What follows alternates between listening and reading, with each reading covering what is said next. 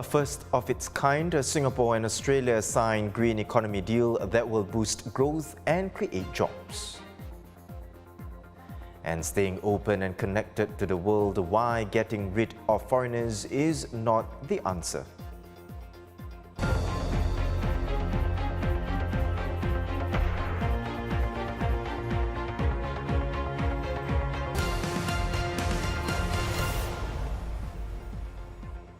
It's Tuesday, October 18th. Welcome to The Big Story. I'm Haryanto Diman. Subscribe to the Straits Times channel so you will not miss an episode.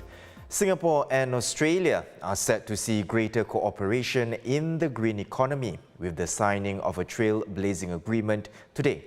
Prime Minister Lee Hsien Loong and his Australian counterpart Anthony Albanese witnessing the signing of the Singapore-Australia Green Economy Agreement at the Parliament House in Canberra.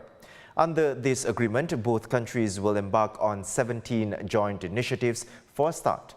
Speaking at a press conference after the meeting, PM Lee outlines the benefits of such an agreement.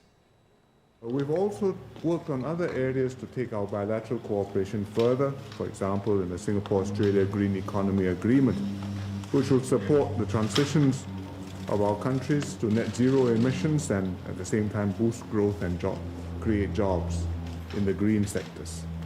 It's the first such agreement of its kind between countries, and we hope that it will be a pathfinder for other countries similarly to cooperate with one another to deal with what is a global problem. Some highlights of the joint initiatives under the Green Economy Agreement include developing a list of environmental goods and services with an eye to reduce tariff and non-tariff barriers. Now, these will reduce hurdles to cross-border trade in clean energy, for instance. Fostering a partnership to promote business engagements in trade and investment in green sectors, and research collaboration in areas such as alternative proteins and lithium battery recycling. And building partnerships to advance green shipping corridors, which are zero-emission sea routes between ports. There are also plans to work together on best practices for sustainable agri-food systems with the aim of reducing their impact on the environment and addressing food security. For more, we're joined by Professor Sumit Agarwal, Managing Director of Sustainable and Green Finance Institute at the National University of Singapore. Professor, the signing of this agreement today is the start of the cooperation between Singapore and Australia in the green economy. Details are still scant right now. From what we have so far, can you tell us how exactly will it benefit Singapore consumers and businesses?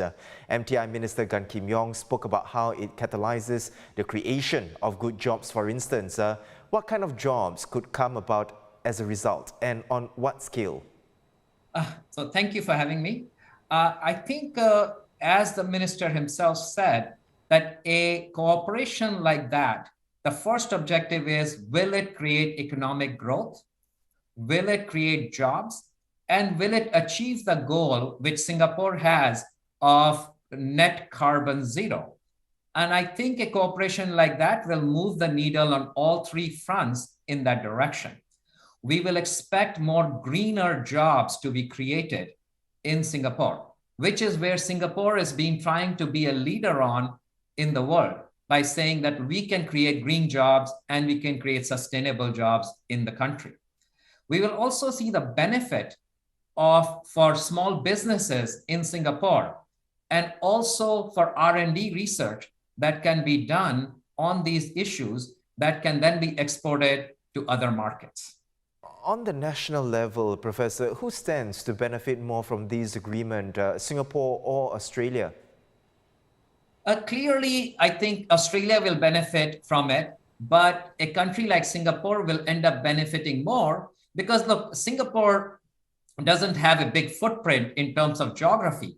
So what Singapore will be doing in this kind of relationship is will be providing the intellectual know-how or the knowledge capital that Singapore has been amassing in terms of green finance, sustainability issues, and the role of technology in helping on these fronts.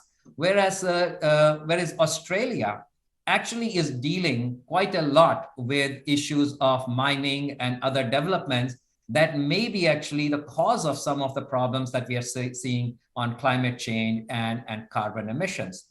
So I think there will be benefit for both of them, but I clearly would imagine there are more benefits on this for the Singapore economy and for the Singapore job market.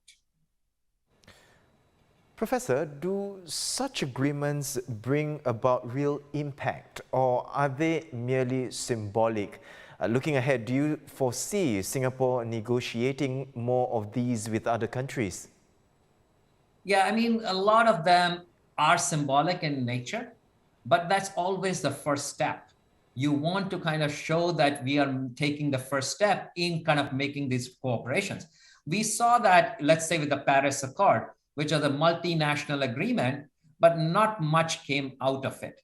Hence, countries have realized, look, we need to do bilateral agreements like what Singapore has done with Australia, and this was more likely to deliver fruits in terms of output, job creation, greener jobs, and actually economic growth and showing carbon emissions to going down.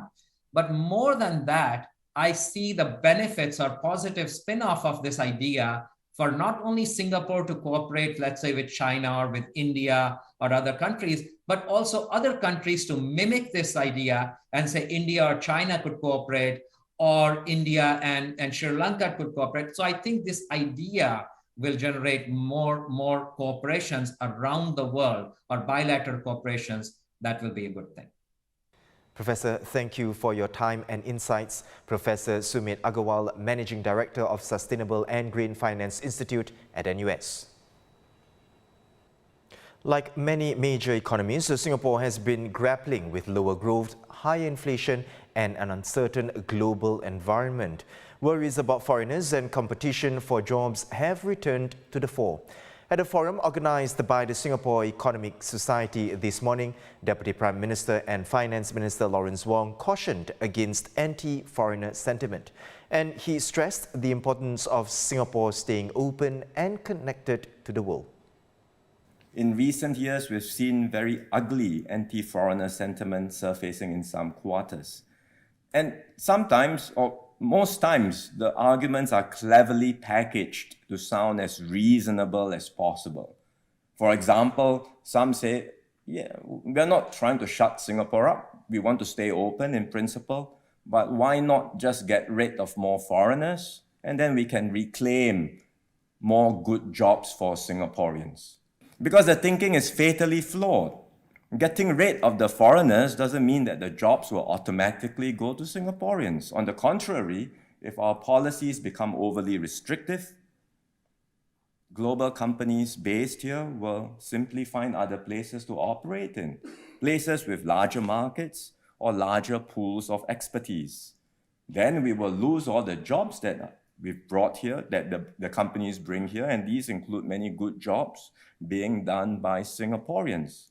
And if this perception of Singapore sets in, decades of hard work to build our hub will be wasted. Our economy will contract, incomes will decline and go into a tailspin, and we will end up with far worse problems. And ultimately, it's Singaporeans who will pay the price. But even as Singapore continues to stay open, DPM Wong says the government will redouble efforts to develop local talent. This will be done through measures such as ensuring that the foreigners in Singapore are of the right caliber, stamping out workplace discrimination and stepping up skills training.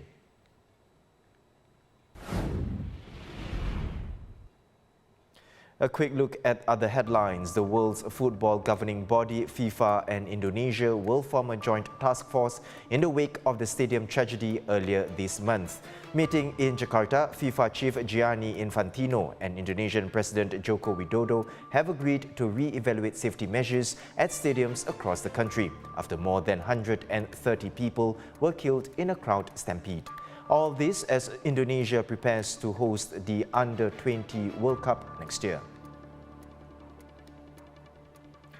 The parents of a 5-year-old boy who repeatedly splashed hot water on him until he died were each sentenced to life imprisonment today Azlin Arjuna and her husband Rizwan Mega Abdul Rahman, both 30, had splashed hot water on the boy on 4 occasions in 2016 at their one-room flat in Toa Payoh. They were originally given 27 years jail each in 2020, but following an appeal by prosecutors, the Court of Appeal increased Rizwan's sentence to life imprisonment and convicted Azlin of murder this year.